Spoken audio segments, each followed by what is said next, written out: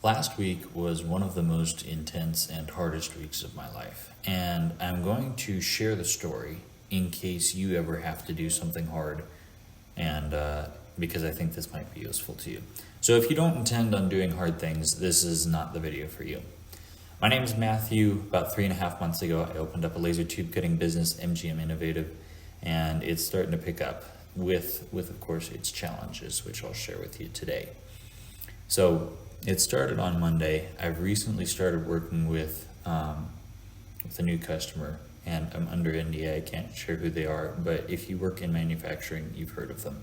I'm new, and their exact words were, "You're on probation because you're new." And this is what they do with all of their new suppliers.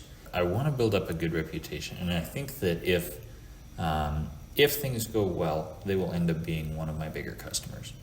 But it's Monday. I accept a job from them, and then that day I start trying to source material. And as it turns out, this is a really pretty obscure material. I call up the local suppliers. I call up my go-to suppliers and they don't have it. I call up the other suppliers here in Spokane. I even drove to Spokane to get an answer out of one of them because he wouldn't return my call. But the answer was no. And by the end of Monday, I had called 20 people, and none of them, like 20 companies out of the Pacific Northwest, and none of them had this material. None of them could even order it in. And the parts are due Thursday. That's part of the agreement. They must ship Thursday. And by the end of the day, I email them and I'm just like, "Hey, I still haven't found material for this. I just want to let you know it might be late. I'm working as hard as I can to find it, but I haven't found it yet." So Tuesday morning pops up. The shops are, the distributors around the US are starting to wake up and get back into work. And so I keep making phone calls, and I call another 30 companies, and I had gotten 3 quotes. And one was for more than the job was worth with a 9-day lead time. One was for a few $100 less than the job was worth with also a 9-day lead time. And the other one was at a reasonable price, and they had it in stock in Salt Lake City. So I order that, and it's like, I'll be there tomorrow. And later that morning, I get the notification that I just missed payroll. And I check my bank account, and there's literally $100 in the bank. Literally $100. And so I've got like $1,400 in my personal account, and I transfer over like $1,000 to like get by, which immediately was like eaten up by payroll. And then I've got like a few $100 like that I have access to in total. And then I get a call from this company, and apparently there were several other jobs that that were very similar to this one. And they had put it out to a bunch of suppliers, and interestingly enough, no one had bitten on it. I'm like, "Well, you took this other one. Do you want to do these as well?" And it's like, I literally can't even pay for material. I'm like, "Well, no one will do this. We need to ship these soon. We got a really tight lead time requirement on these, and we need someone to do it. Just give us, here's what we're willing to pay. Give us a counter offer." And so I did, and they accepted my counter offer, and then all of a sudden I'm on the hook for several thousand parts to ship by Thursday. And so I request a quote for more material. She sends me the quote, and it's like, I literally have a few $100 in the bank. It's like, I don't know how I'm going to do this. So by the end of the day, she emails me back, and she's like, "If you're going to pick this up tomorrow, we need to run your card." So I give her my credit card. I've got one credit card with a $3,000 limit. I give her the credit card, and it goes through, and all of a sudden I have like negative money to my name and a few $100 in the bank, and I'm off to Utah. So about 4 p.m. that day, start off to Utah, stop, get a couple hours of sleep, and then at 1 in the morning I'm back on the road. Took a little nap in their parking lot because right before they opened, got the material and just start hauling back. And I get in there Wednesday night. And so Wednesday night I tell myself I want to make the first part. I want to at least know how difficult this is. These have to ship by Thursday. It's Wednesday night. I just want to make the first one so that I know if I'm going to run into any issues. And lo and behold, sourcing material is not the only reason that nobody else bid on this job. As I start to try and run the first one, I run into this issue. It's a very small diameter and a very thick wall. And what happens is everything just wants to melt. And it just makes a mess. It gets so hot and the dross just doesn't have time to cool before it hits the far side of the tube, right? And so it just makes a mess everywhere. And I thought there was going to be a little bit of deburring, but I tried to deburr the first one and it's like, there's no deburring this. This is all like welded together. This is not just a little bit of dross. This is an absolute nightmare. And so I'm like, well, crap. I got to make several thousand parts by tomorrow and I can't even make the first part. And so I just like keep trying different stuff.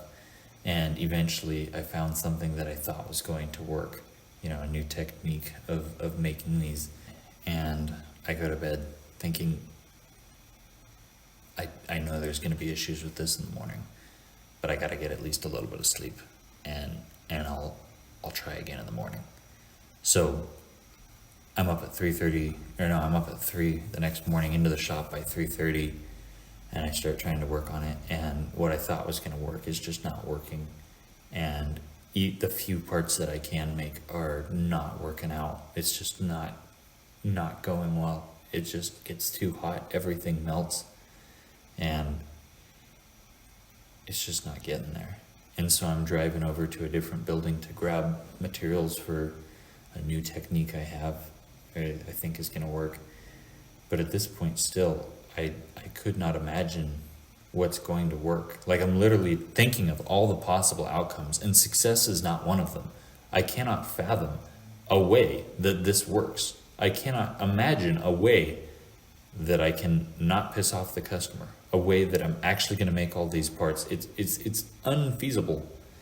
And I remember just how excruciatingly hard it was. I literally, that morning, I remember feeling it in my chest. You can like, I felt it hurt physically. And I remember thinking, what in the world am I going to do? This is so hard. I've gotten like 3 hours of sleep every night for like several nights in a row. And I've put in all this work, and I've put in all the money that I have, and I cannot imagine how this is going to work. And I remember there was one thing that came to my mind, and it was the scene from Finding Nemo, where there's all those little fish, and they've just gotten captured up in a net by a big fishing boat, and they're all about to die. That's what business feels like sometimes. And I remember what they said. They had this idea: just keep swimming. And that's what they kept saying: just keep swimming. And that's what I said to myself: just keep swimming. And so I did. And because that's all you can do, right? I don't know how it's going to work, but I just know that if I stop now, there's a 0% chance that it works. And if I don't stop now, there's a greater than 0% chance that it works. And so I just keep trying. And eventually I came up with a technique that kind of works, but it's 7 in the morning now, and I've come up with like 20 good parts. And we have so many to make. And my dad, the day before, he had said, if you need help, to call him. So I did. And I called my dad, and he ended up taking the day off of work just to come and help me. And I remember how relieving it was, because I see him come into my shop, and I see my mom coming with him, and just seeing my parents come in was so relieving, because I still have all these problems, but now I'm not alone. At least we have a team. You know, my family came to my aid on that one. And my dad starts running the die grinder. My mom's doing inspection and packaging, and we're finally starting to cruise through them, but not nearly fast enough. By noon, we have like thousands of parts that we need to ship, and I had like 300 done. And so I'm like, well, technically this is 2 orders, because they placed them at different times. And so I'll ship out the one today, and I'll ship out the other one on Monday, and I can at least get the first part of this done. And so I call them and I'm like, we had planned on shipping this all in one pallet. We can't do that. And we're going to need to split it up, and I'll ship what I can today, and I'll ship the rest of it on Monday. And so I get off the phone, and about an hour later I get a call, and this lady picks up and she's like, "Matthew, I'm calling to lower your stress." And that's how she opens the conversation. It's like, "Yeah, that'd be wonderful. There's a bit of that going around right now." And she says, "It doesn't even make sense for you to ship," because they wanted to ship the parts to the QC lab, which was in a different spot from where they're going to take them for their final destination. And so, and that didn't make sense. She said, "It doesn't even make sense to do it that way. Just send a sample to the QC lab and then send out the whole pallet of parts on Monday." It's like, I can do that. And so we shipped out a sample of parts, and then over the weekend, we worked through the weekend, and we got all the parts made. We shipped out a pallet of beautiful parts on Monday, and it was very relieving when it was over. Very relieving. And the point is, sometimes you don't know how it's going to work, which is painful, because there's so much uncertainty, and sometimes just not knowing that it's going to work hurts more than the actual pain that you're in. Just not knowing when it's going to end, not knowing if it's going to add up to anything, because sometimes you just don't know. But you just got to keep swimming. Just keep swimming. That's all you can do, is just keep swimming, because that's your only option, is to just keep trying. Even when all of the options end in failure, pick one of them. Pick the best one, and eventually you'll find one. You'll find a way out of the maze. But if you stop swimming, you will not. You will fail. Your one option is to just keep going. So do that. That's the moral of the story. So if you ever find yourself in a hard spot, if business is ever so incredibly hard that it brings you to tears, just keep swimming.